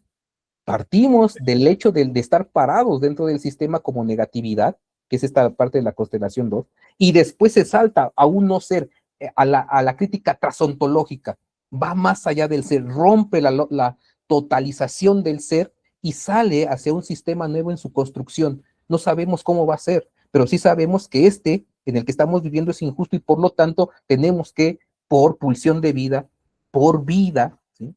por salud, tenemos que salir de la opresión de alguna manera y tenemos que buscar las salidas. Pero esto cuando ya se tiene conciencia de que eres víctima, cuando ya sientes la dominación, cuando ya la has vivido, entonces dices, no, necesito estar aquí, necesitamos cambiar el sistema, cambiar los sistemas de pensamiento colonial, la historia como la han enseñado, todo esto es necesario irlo cambiando desde una posición distinta y nos arroja al tercer no ser, a la tercera exterioridad. Bueno, entonces, vuelvo a repetir el párrafo a ver si ya se entiende mejor. Para crear la superación de una totalidad cerrada, es necesario un momento de distinción en la totalidad misma, la que hablábamos, el segundo no ser, la segunda exterioridad. Desde ese lugar exterior a la totalidad, existencialmente hablando, o trascendencia interna, es desde donde se descubre la categoría que puede superar la antigua totalidad estética. Ese lugar de enunciación es el punto de partida de la crítica superadora para una totalidad futura distinta, la negación de la exterioridad, de la alteridad invisible, lo que nunca fue considerado. En la primera totalidad se encuentra ya la posibilidad de la segunda totalidad futura, pero está oculta, despreciada, como el no ser antes en el ser, momento real, dominado y aceptado como hegemónico, cuando no ha descubierto la dominación. Es hegemónico cuando aún no se descubre la dominación. Ahí hay un error de dedo. Cuando no ha descubierto la dominación, ya que se ha educado como dominado, ¿no? Esto nos ha pasado a todos, a mí me ha pasado, nos han culturalizado hegemónicamente y hemos aprendido la historia como nos la han enseñado, pero precisamente en ese grado de exterioridad existencial, de que algo no está bien en esa historia, uno empieza a darse cuenta que hay historia, que existe la historiografía, que existen documentos, que existen testimonios, que existen evidencia material de hace 30.000 años antes del presente en nuestro continente, y no comienza en 1492. ¿No?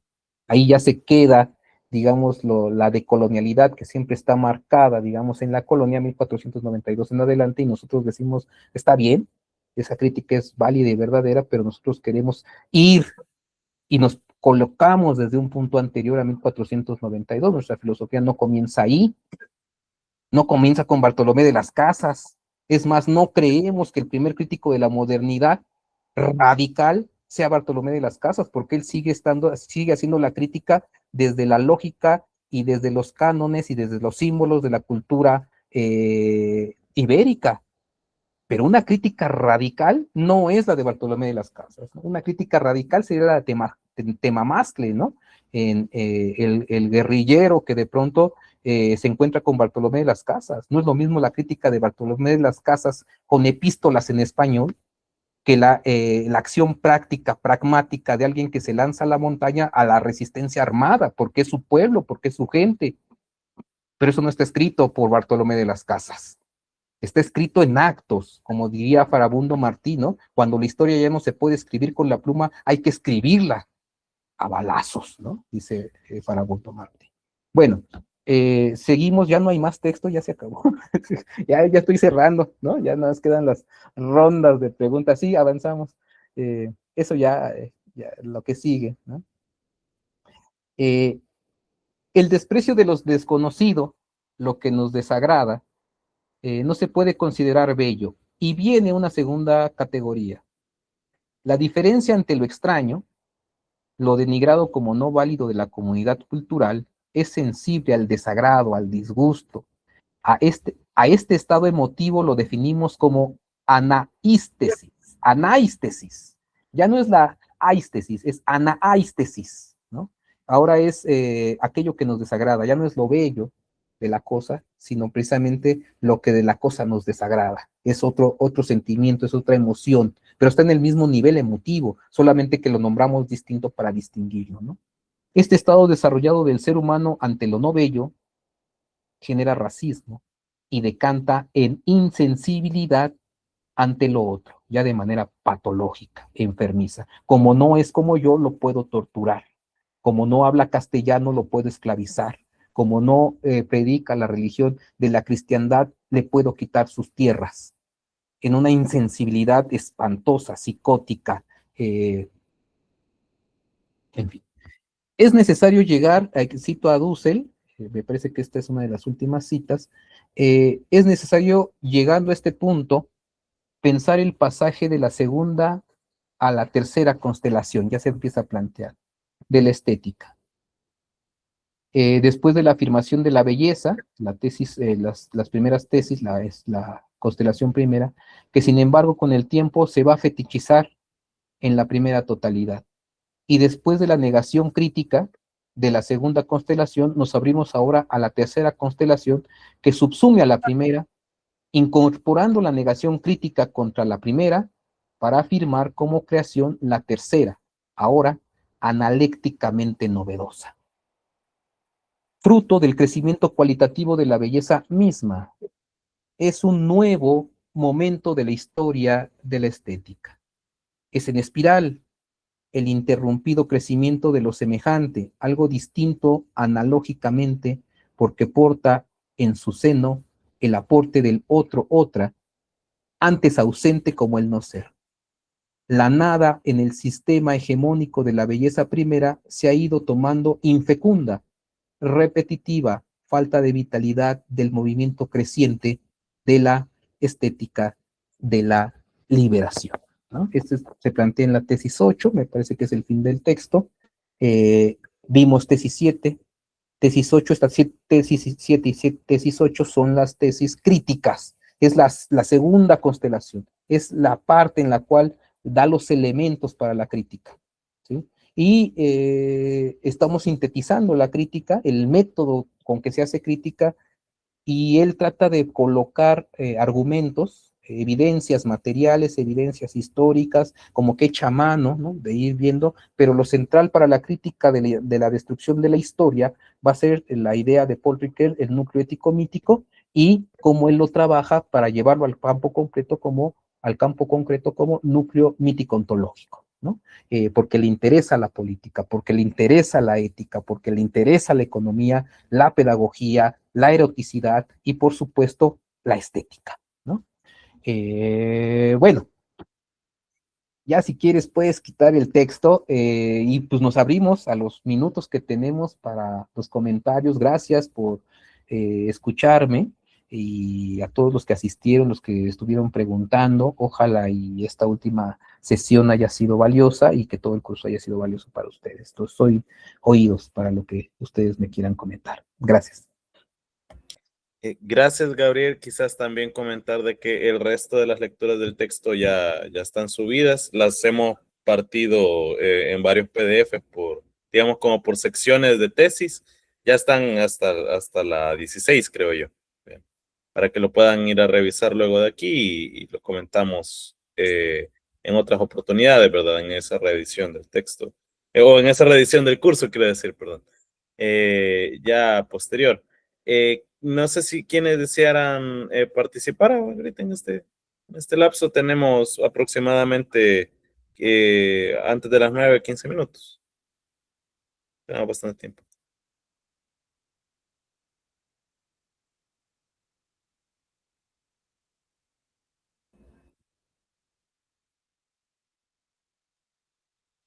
¿Participaciones?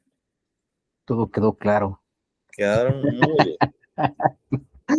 Excelente, el profesor es excelente porque todo quedó claro. Sí, en las clases que gusta, ¿verdad? Que nadie contesta, nadie pregunta porque todo quedó clarísimo. Silvia, adelante. Bueno, no quería levantar la mano para no copar el micrófono, dar la oportunidad a otros compañeros o compañeras, pero un ejemplo, por ejemplo, de el tema de la imposición, digamos, de una estética, uno de los elementos que podría nombrar es, por ejemplo, el tema cuando Gabo habla de la armonía, en ese principio de complementariedad, está incluido dentro del lenguaje visual lo que es la proporción, ¿no? Y, por ejemplo, la proporción para una estética moderna, que ya viene desde los griegos, es la proporción áurea, y con ese nombre, ¿no? La proporción de oro. Y en las academias se sigue trabajando con el compás áureo o la proporción áurea, ¿no? Ahora, en los Andes, por ejemplo, se propone otra proporción que sale justamente de la constelación de la Cruz del Sur, que es la raíz de 2, o sea, la diagonal del cuadrado. Y es otra proporción, es otro número, otra relación, ¿no? Entonces, y estamos trabajando con otro tipo de proporción que da como resultado otro tipo de relaciones proporcionales dentro de los esquemas visuales, ¿no? Y se llega a una armonía igual, o sea, eso es el punto analógico, ¿no? Bueno, daba un ejemplo en relación a lo que estabas hablando, Gabo. Gracias, Silvia. No sé si hay otra participación.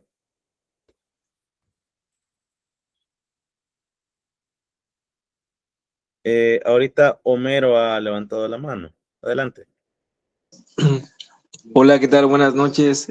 Bueno, es un comentario y una pregunta particular para Gabo.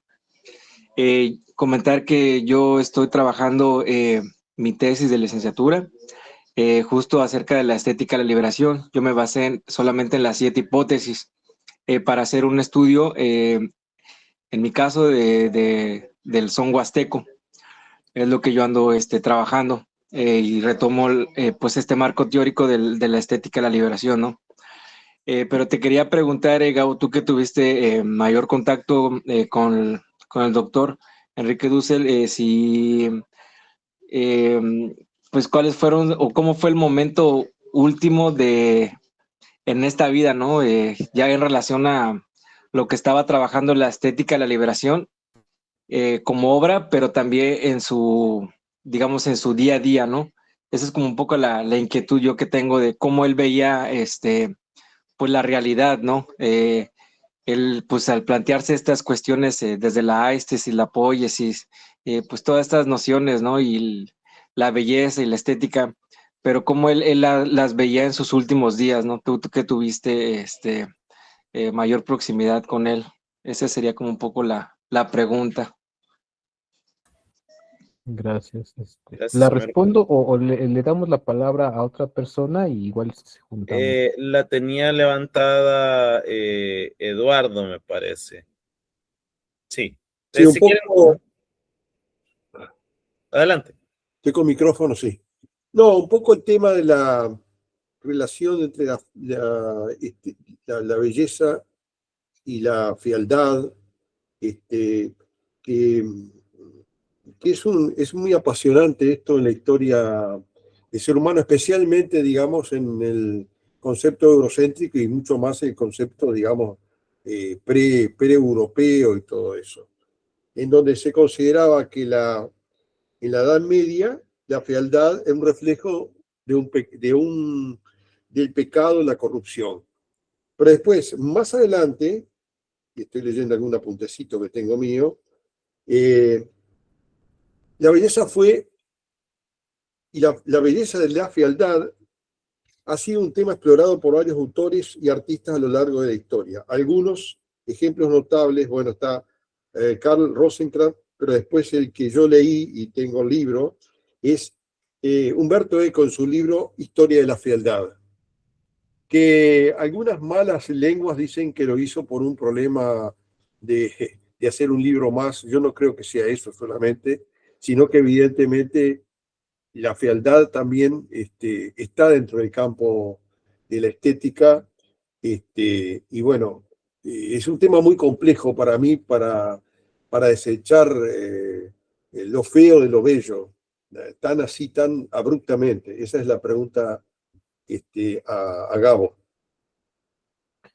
Me parece que se cinda y se corta radicalmente lo bello de lo feo. Yo durante mucho tiempo tuve problemas con el tema del arte como expresión de la belleza. En realidad a mí me pareció un poco extraño todo eso. Me manejaba con otras formas de entender todo esto. Pero últimamente entiendo que sí, que el arte y la belleza tienen mucho que ver y, y me terminó de convencer eh, Katia Mandocki con su gran libro, con su obra, que también Dussel la retoma y habla de ella, digamos, con que hay una estesis o una preestética en los animales y en las plantas. O sea que para mí eso es muy importante, me iluminó y me hizo cambiar el modo de ver todas esas afirmaciones que hace Dussel. Después conseguí el libro ese que ahora no me acuerdo cómo se llama, el libro clave ese de Katia Mandocki, y después tiene otros libros, tiene otras reflexiones muy interesantes sobre estética. Habría que complementar con una lectura también en estos casos de Katia Mandocki para redondear más aún todo el tema de la estética. Incluso dentro del campo de la estética de la diversión, creo yo. Lo primero Gracias. con Eduardo. Sí, la cuestión de en un primer momento en la constelación 1 se habla de lo bello, aquello que uno queda impresionado emotivamente por la fuente de la vida. Y ese es el criterio. Y el criterio de lo feo es precisamente aquello que no es la vida, ¿sí? Aquello que más bien es la muerte, o lo que se predica como necroestética, podríamos decirle, ¿no? Estos eventos, un cuerpo que se está en descomposición, tiene un olor desagradable, tiene una vista que puede ser muy brutal, ¿no? Que genere emociones, sin duda, que genere emociones, pero en un primer momento los criterios es vida-muerte. La vida nos da el criterio de la belleza, la muerte nos da criterios de desagrado. Ahora, en la constelación 2, ¿vale? Vamos a ver que eso que desagrada es la víctima del sistema. O sea, ¿le desagrada a quién?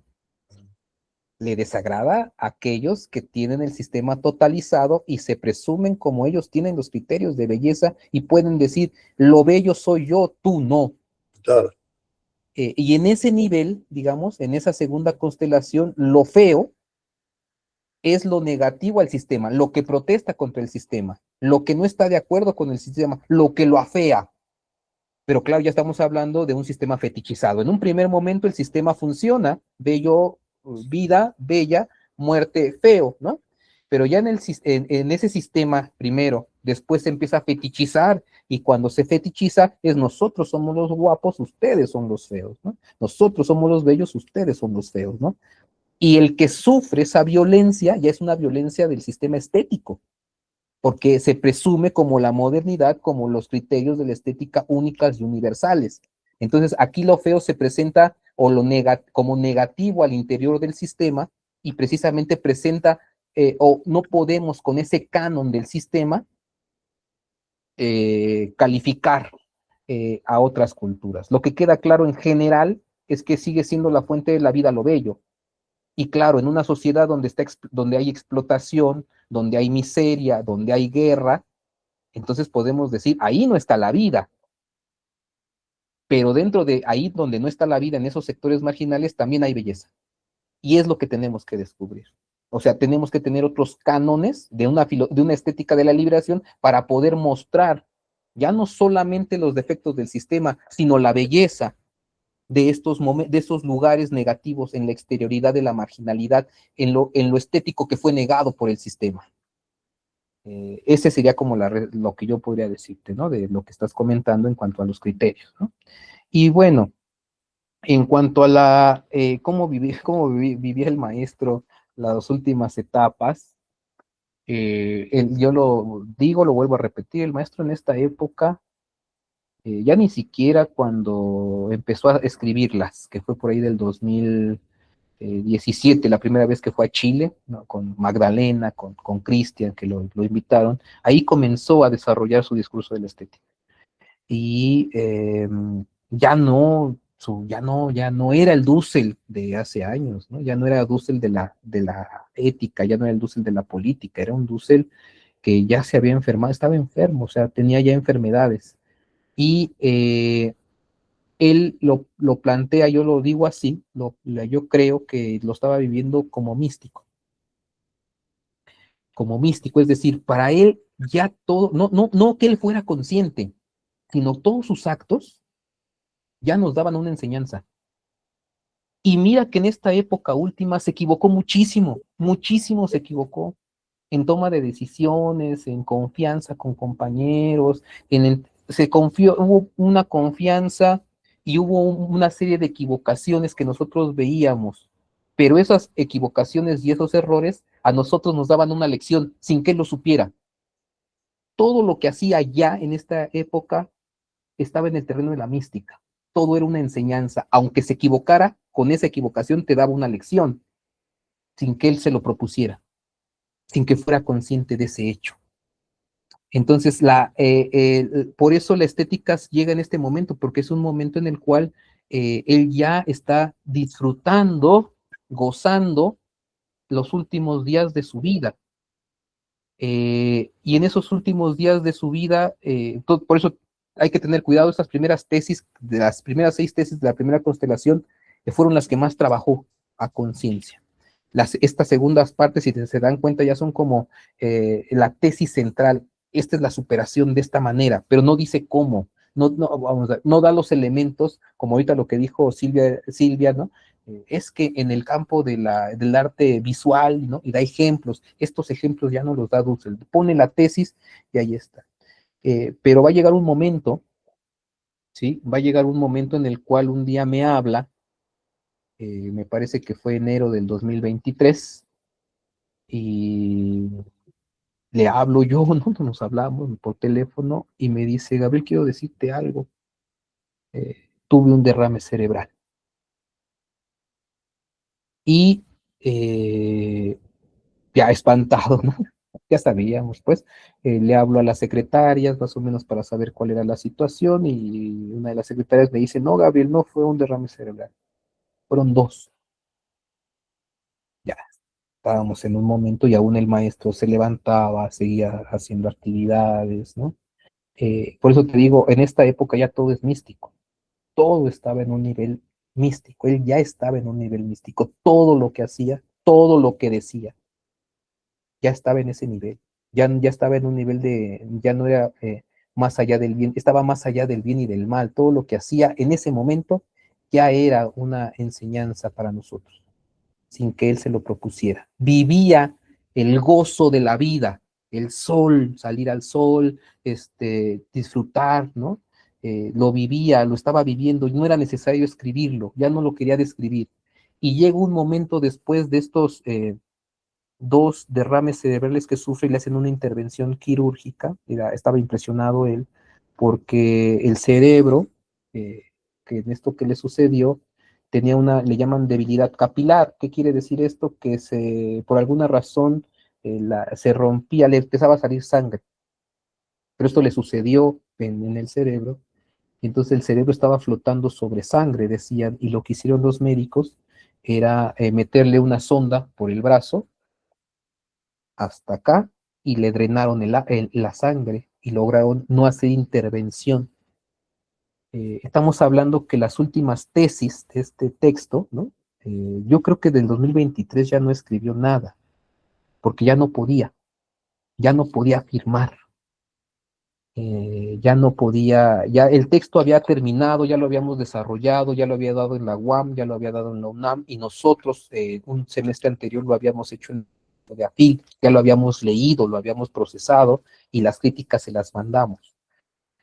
Pero llegó un punto en el cual él me habló y me dijo, ya no puedo escribir. Y sí, sus manos ya no podían teclear en la computadora, y él me dijo, ¿no? Este es el último texto, así como está, y quiero que lo revises, ¿no? Esa es lo que te digo, esos son los momentos, digamos, liminares últimos, y dependiendo cómo lo vea, lo queramos ver, pero para nosotros era nuestro maestro, y por eso yo digo, al menos desde mí, que lo pude ver las últimas, no sé, uno de las últimas personas que lo logró ver por este trabajo que estábamos haciendo, porque le preocupaba que quedara bien su texto para que se pudiera publicar y todos lo tuvieran. Nosotros así lo vivimos. Hay gente que lo vio débil y quiso aprovecharse de él también, ¿no? No voy a decir nombres, ¿no? Pero solito va a salir a la luz en algún momento, ¿no? Alumnos cercanos que al verle la debilidad, al verle lo que estaba pasando, optaron por buscar cómo aprovechar su condición vulnerable, ¿no? Y de ahí surgieron muchas disputas después, pero eso, así lo vivió. Yo sigo creyendo que Dussel siempre fue un misterio, y los últimos años de su vida fue un místico, así tal cual. Eso. Pedro, son las 9. ¿Qué más? Sí, son las 9. Silvia ha levantado la palabra desde hace un ratito. Si lo puede hacer en cortito, yo también quería decir. Sí, gracias.